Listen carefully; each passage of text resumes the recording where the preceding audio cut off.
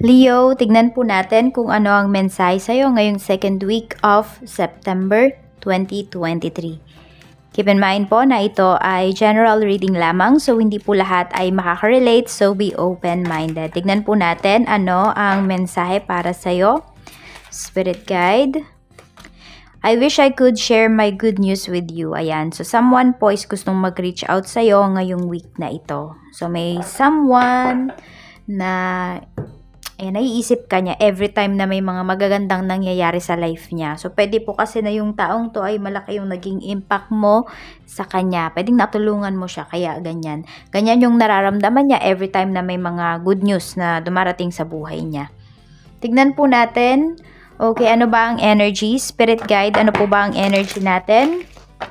Energy Spirit Guide for Leo. Okay, meron tayo ditong the Emperor and we have Knight of Wands. Okay, so nandoon yung pride nyo talaga, Leo, ngayong week na ito. So, ayan, may mga actions kayo dito. Pwedeng may mga pupuntahan kayo, may mga gatherings. Pwedeng mai-invite kayo into some occasions. Tapos talagang bihis na bihis. Ayan. So, tignan natin. Tapos nakikita ko din dito, marami sa inyo, early bird kayo ngayong week. So, pwedeng nandoon talaga na motivated kayo, inspired kayong kumilos ngayong week na ito. Tignan po natin ano ba yung mga blockages pagdating sa life mo ngayong second week. Tignan natin. This is for you. We have the star. Okay, so ito, nagiging blockages yung mga, ayan, kasi yung mga pangarap mo. Bakit nga ba? Kasi po, masyado kang nakatuon, Leo, sa future. So, parang hindi mo pa siya hawak, hindi mo pa naman, hindi ka pa gumagawa ng aksyon, pero pwedeng pinamamalita mo na siya, may nakikwentuhan ka na, so medyo iwas ka sa ganun. So, all you have to do here is, yung pag-focusan mo, yung mga plans mo. Okay, kaya lang kasi, hindi sa future, kung hindi ngayon. Tingnan natin, ano ba yung, ayan na din yung dapat mong pag-focusan, yung iyong mga goals in life. Ano ba yung dapat mong i-release? We have 10 of Cups. Ito po yung mga yung parang kailangan mong mag-detach muna sa mga tao. Kasi ito, pwedeng may mga family members, Leo, na nakakasakit talaga sa'yo. True, pwedeng salita, ganyan. So, iwas ka muna sa kanila. Maglagay ka muna ng boundaries. Could be healthy boundaries. Piliin mo muna yung mga taong pagsisharean mo din naman ng good news mo. Ngayong, pwedeng ikaw din kasi to. Ngayong week. So, mag-focus ka muna sa sarili mo. Yung iba po sa inyo, mag-focus kayo sa inyong family kung meron naman na kayong mga anak. Yan po. Sila yung pag-focusan ninyo ngayong week na ito. Tingnan natin, what to release? 7 of Cups. Ito. So, more on daydreaming kasi. Okay lang naman mag-daydream, pero wag naman lagi. Yung tipong, puro na lang tayo daydream, wala na tayong ginagawang action towards dun sa mga plans natin, towards sa mga gusto nating mangyari or matapos ngayong week na ito. Dapat mo munang pagnilay-nilayan, tignan natin. Ano ba yung dapat mong pag-isipan? We have 4 of Swords. Ayun nga, may mga nag-traitor talaga sa'yo dito. Leo. Okay, so isipin mo kung ano ba yung gagawin mo dyan sa mga tao na yan. Pero kasi diba, pinapaiwas ka talaga ni universe at mas mag-focus ka daw muna sa family mo. Pero kung family members kasi yung nagtaksil sa'yo, yun yung mahirap. So, meron dito, pwedeng nagbabalak po kayo na bumukod na. Ayan, meron ditong energy na parang bubukod. Di ko alam kung may lalayas ba ngayong week na ito. Tignan natin pagdating po sa mga naghahanap ng trabaho. 5 of Pentacles. Actually, medyo may may taghirap pa rin dito. I mean, mahihirapan pa rin kayong maghanap ng trabaho. Pero huwag kayong sumuko. Ayan, dress well. Dress to impress. Meron, diba?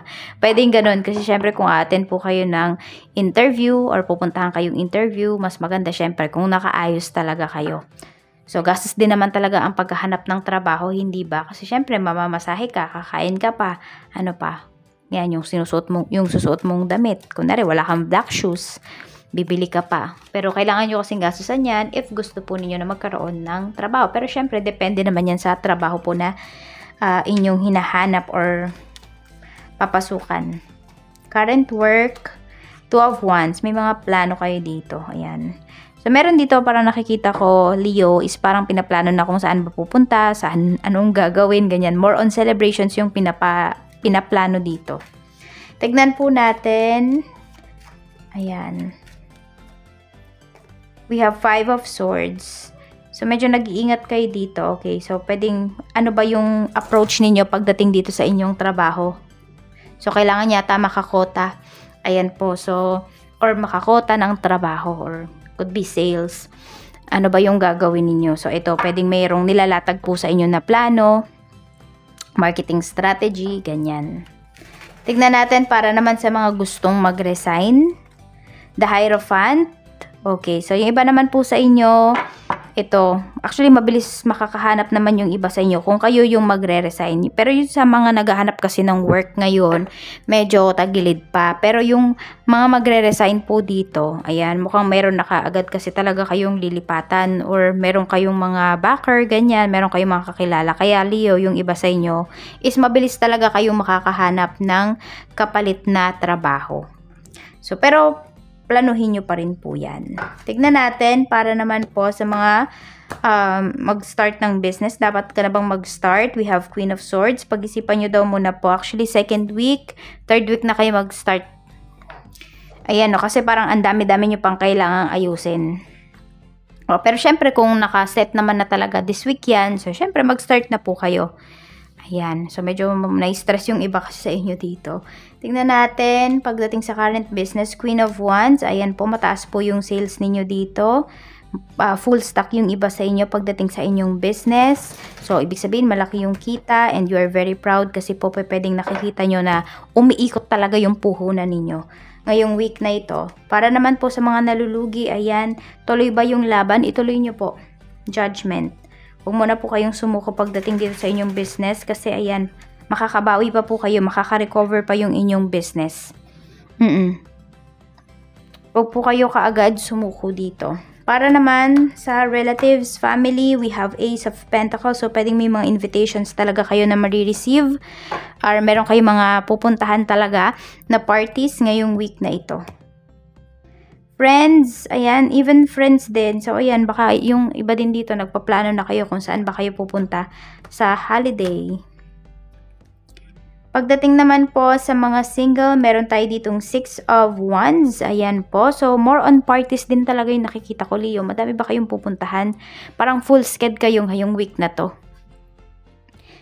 Ayan, pwedeng para sa mga single natin to, may attendan kayo na weddings, ganyan po. Para sa mga byuda, Two of Swords, meron kayong parang pinamimilian po dito. Byuda at byudo ito. So, kung nasa isang relationship kayo, parang tinitignan nyo kung nakakabuti ba sa inyo yung relationship na to, nakakabuti ba ito sa inyong mga anak.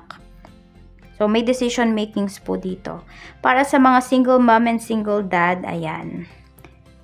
The Moon. So, may confusion kayo na nare-receive po dito. Pwedeng ito ay sa tatay or sa nanay po ng anak ninyo, ng inyong mga anak. So, naguguluhan yung iba sa inyo. Pwedeng binibigyan kayo ng mixed signals ngayong week na to. Ayan. Kasi parang lumalabas lang talaga siya kapag mayroon siyang mga gustong sabihin na mga magagandang balita. Ayan. Or pwede rin naman, baka baliktad, baka puro bad news naman, no? Yung sinasabi niya sa'yo. Oo, parang medyo kasi nagpapaawa sa'yo yung taong to. Kung hinihingan mo to ng sustento, ayan. Para naman sa mga in a relationship, we have Ace of Swords. Yan. So, meron po dito is maganda talaga yung pag-uusap ninyo. Very clear yung communication ninyo ngayong week na ito. At ayan din, siya yung mag-share sa inyo ng good news, ng positive news. Could be you, sa person mo, or siya sa'yo.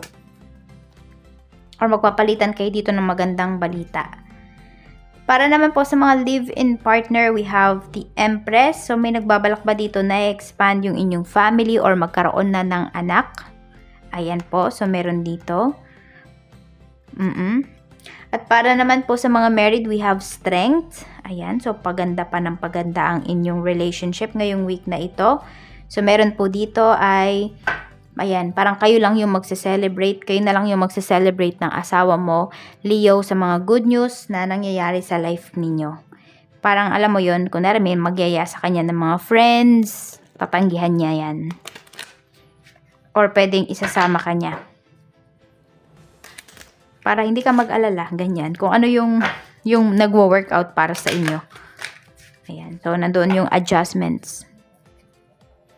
Blessings po, Spirit Guide for Leo ngayong week.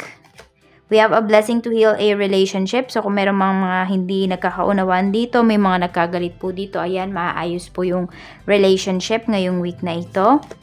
Pwede rin pagdating yan sa family members, sa friendship, a blessing to ease loneliness and bring companionship. So, may magkakabati dito. Kung meron kayong tampuhan ng person mo, ng asawa mo, a blessing of protection. So, mafe-feel mo na, alam mo yung kahit magkagalit kayo, kahit di kayo nagpapansinan, mararamdaman mo na nakikare pa rin siya sa'yo. May ganyang energy para sa'yo ngayong week na ito. 28, 40, and 23. Yan po yung mga lucky numbers mo. Leo, maraming salamat. Mag-iingat po kayo always and more blessings to come.